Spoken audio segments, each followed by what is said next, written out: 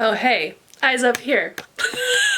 I would say that, but honestly, you should read what's on here. Read diverse books, read diverse stories, read diverse writers, authors, and voices. Let's go! What is up, everybody? My name is Heather. Today we're gonna look at another awesome book for you to read this summer in the YA genre.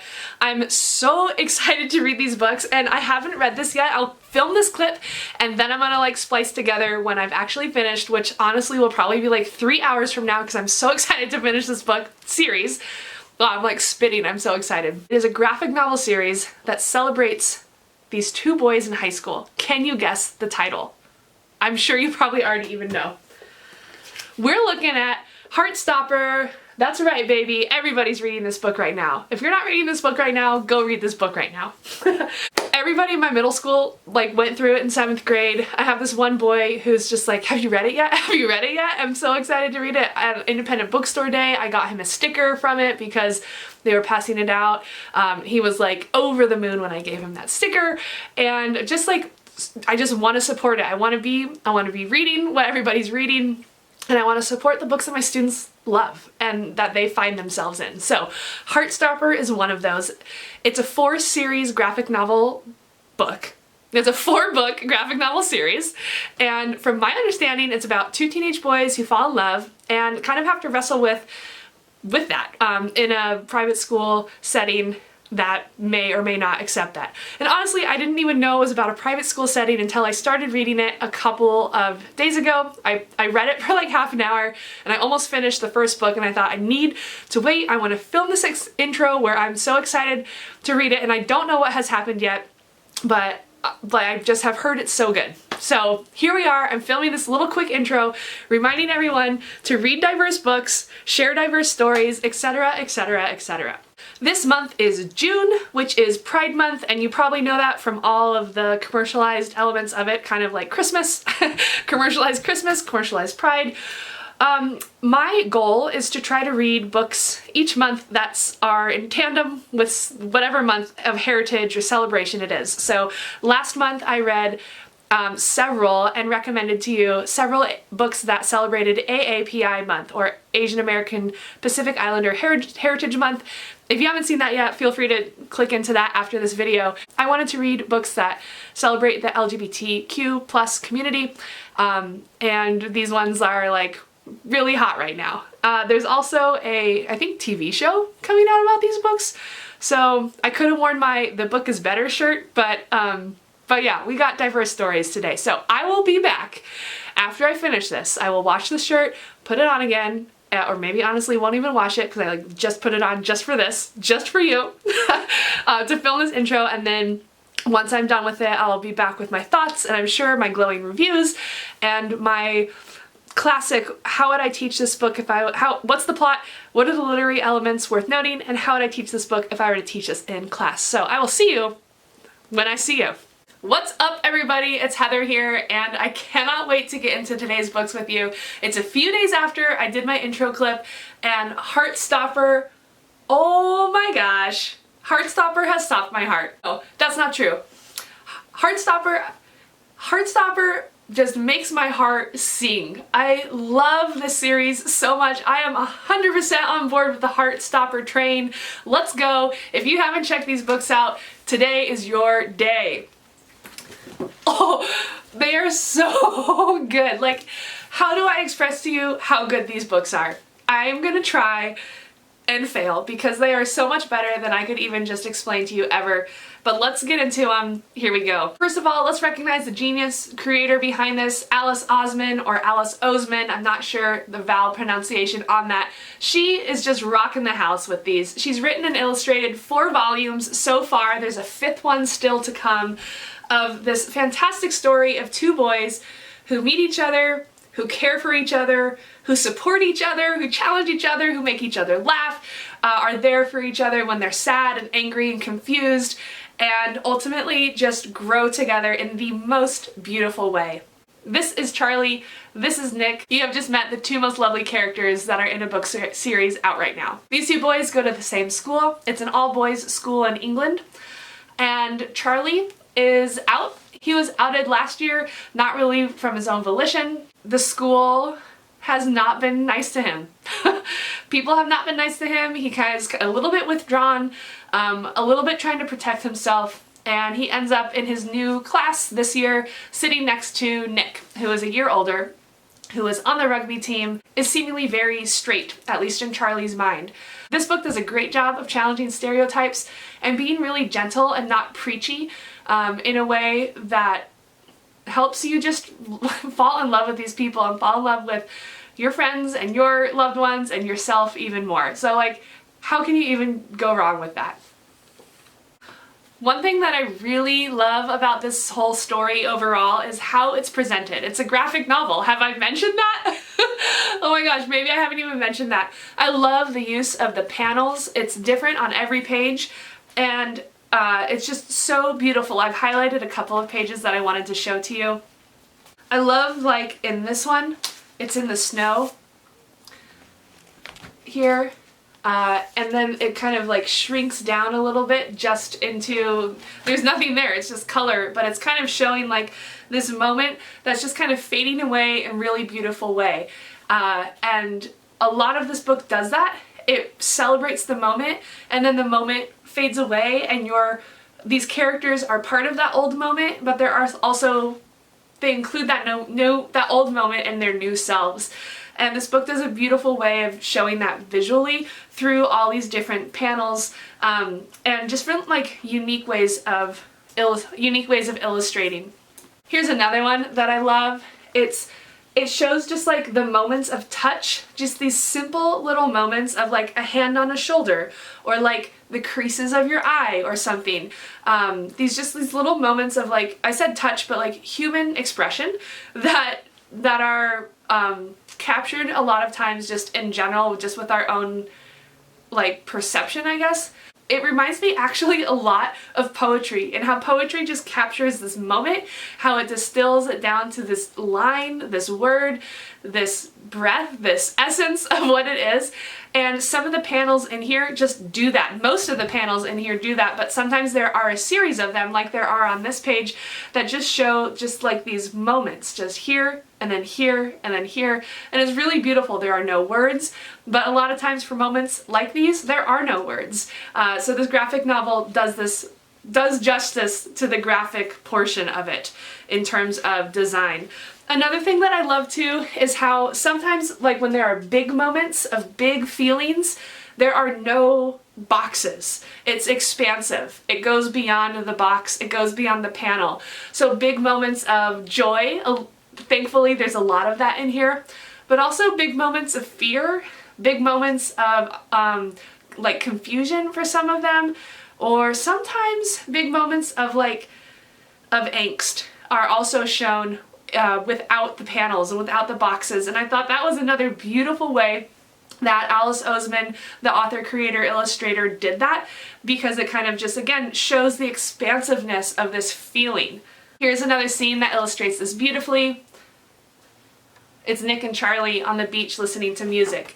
And it's like, as soon as you see that, you know that feeling. You're just like there, and it's the beach, and the ocean, and the sky, and this person that you really like next to you, and the music that's just like in you. And it's just like this moment of awe and bigness and like possibility. And I really love how it's shown visually here. Other things that I just am so in love with this series are just like, it's so real. Like, Nick has this awesome little dog named Nellie, and everybody loves Nellie. Like, who wouldn't? She's just the best, and it just kind of captures like how dogs are just like so precious, and I just love that. Also, Nick's mom is like different characters. Nick's mom is the best. She offers real helpful solutions for the problems that Nick is facing, that he wants to help Charlie face his problems with, and it's not like, oh yeah, here's the solution, and it's like really easy. It's like, no, we kind of have to work at it, but I'm here for you, and I'll help you, and I'll help you help him ask his parents about something, and it's like, it's just so real and so beautiful. I'm trying to find where that scene is. Did I not mark it? Oh yeah, I think it's in the last one. As these books go on, they definitely get deeper. Just like the more you get to know somebody, the more complex you begin to understand them. These characters are going through a lot. There's a lot of development happening just at this age, but also there's some personal growth that needs to happen for them to be able to love each other fully. And it's amazing because they want to do the work for that, and they help each other with that, and they get help for that. And of course it's like the best case scenario, but in terms of like it's the best case scenario in terms of how others respond to these characters' needs. And it's just so beautiful because of that. For that reason, I feel like this is one of those books that needs to be in every classroom, every home library, every school library, every public library, just because I feel like students can like look at this book, reference this page number, and go help their friend. The words are there for them to go help their friend who's going through something, or the words are there to help them go through something and help them, like literally they could say what's on the page to themselves or to their friends, and get real meaningful help or growth or love or comfort or whatever it is, because there's so much in here. And it can transform someone's life. I truly feel like these books are that amazing that they can really transform someone's life. I've said it, go read them for yourself and you will immediately see what I mean. Within 2 hours, you will finish the whole series, which will be very sad because you'll have rushed through it like I did and have wanted to capture the moment, but you just couldn't help it because these characters and the story is so beautiful. By the end of 2 hours, you'll be done and your life will be changed. Life will be changed forever. Okay, wow. Let's go back though for a little bit. This is where the mom says, I can really help you. And she says, when we get home, me and you can sit down and do some proper research about how we can help Charlie talk to his parents or to a doctor. Does that sound okay? His mom is comforting Nick. Nick's mom is comforting him, and they're at the ocean. Like, how good of advice is that? Come on, that's amazing. And it's just beautiful. And again, we have this graphic novel panel that comes down and just kind of drifts away. Just like this moment at the ocean. It's big, but it's precious and it's inside of us. And then we turn the page and then we're going home. And that moment that was then has like transformed us into this person who we are now. And now we get to go forward and try to make this positive change happen in our lives. It's like so good. Okay, other characters that I love. I love Charlie's sister, Tori. If you know, you know. She's like the one-liner character who doesn't even have to say anything, and like, you know exactly what she's saying. She's such a good older sister. But she's also a great character. So I hope you enjoy her as much as I did for her little moments, her little side eyes, her little like eyebrow raises along the way. That's very fun. Very, very fun. As I said earlier, these books are part of a 4-book series. Or really, they're part of a 5-book series, but the 5th book isn't out yet. I can't wait for that 5th book, and neither can anyone else who's ever read these. We're just loving them so much. But I wanted to take a second to really think about the 5-book structure and see if maybe it also kind of follows a 5-act structure, now hang with me here, that some of Shakespeare's plays use. I'm just finishing up Romeo and Juliet with some of my students, and we've been talking about the structure of the play and how we can use that to help us understand what's happening and what has happened and help us remember. And here's kind of the breakdown. Act 1 is basically like the introduction. We meet the characters, we get the setting, we get kind of like the main like problem is like established, and it's very similar. I'm sure that you know the structure of like exposition, rising action, climax, falling action, and then like denouement or resolution. It's very similar to that, except like I said, Act 1, introduction. We definitely get that with this. These two characters meet each other, and this book 1 is them like trying to figure out how they can express their feelings to one another. Act 2 in a Shakespearean play, usually like comedy or tragedy, is the development. So the first is introduction, and it's kind of like further a little bit more of development that's leading into the crisis. So in this one, this is book 2, which we could maybe consider Act 2. This is them they are together and they are trying to develop kind of their relationship. What does it mean to be together? That's them in here. And I don't think that's a spoiler. You know it's going to happen. Act 3, though, is usually the crisis. So something has to happen. And in a traditional plot structure, you might call this the climax. You might call this the turning point. Or maybe, like I said, like the crisis. In a Shakespearean term, we'd probably use that. And in book 3 of Heartstopper, there is something that is a turning point. Something happens. Some information is, I will say, discovered or observed, and it turns the point in a really lovely way, a really caring way, of something else that leads into book 4 or act 4, which is the further development of the crisis, which will lead into act 5, the final crisis if you're Shakespeare, or the resolution if you're everybody else. So I'm really curious to see, because these do follow this like Shakespearean tragedy comedy structure pretty clearly in each one of these books. Is the 5th book gonna be the final crisis? It's gonna be the conclusion, because Alice Oseman has said the 5th book is the last one. But like, what else is going to be in there? And if we understand how Shakespearean tragedies and sometimes comedies are laid out, we can also kind of understand what's about to happen for Act 5 or Book 5 of the Heartstopper series. And that's just like kind of a cool way to think about it. And I wanted to share that with you. What do you think is going to happen in Book 5? I hope we get a little more music. Charlie plays the drums, and we've kind of like left that behind just a little bit in the rest of the series. I hope the rugby comes back. That was such a kind of an integral part of them getting to know each other, and the physicality of touch, just kind of like that opening of that for them. And of course, I think they'll grow in their relationships and their own personal selves. I'm really curious to see what the ending is going to be, because it's going to be the end of high school for one of the characters.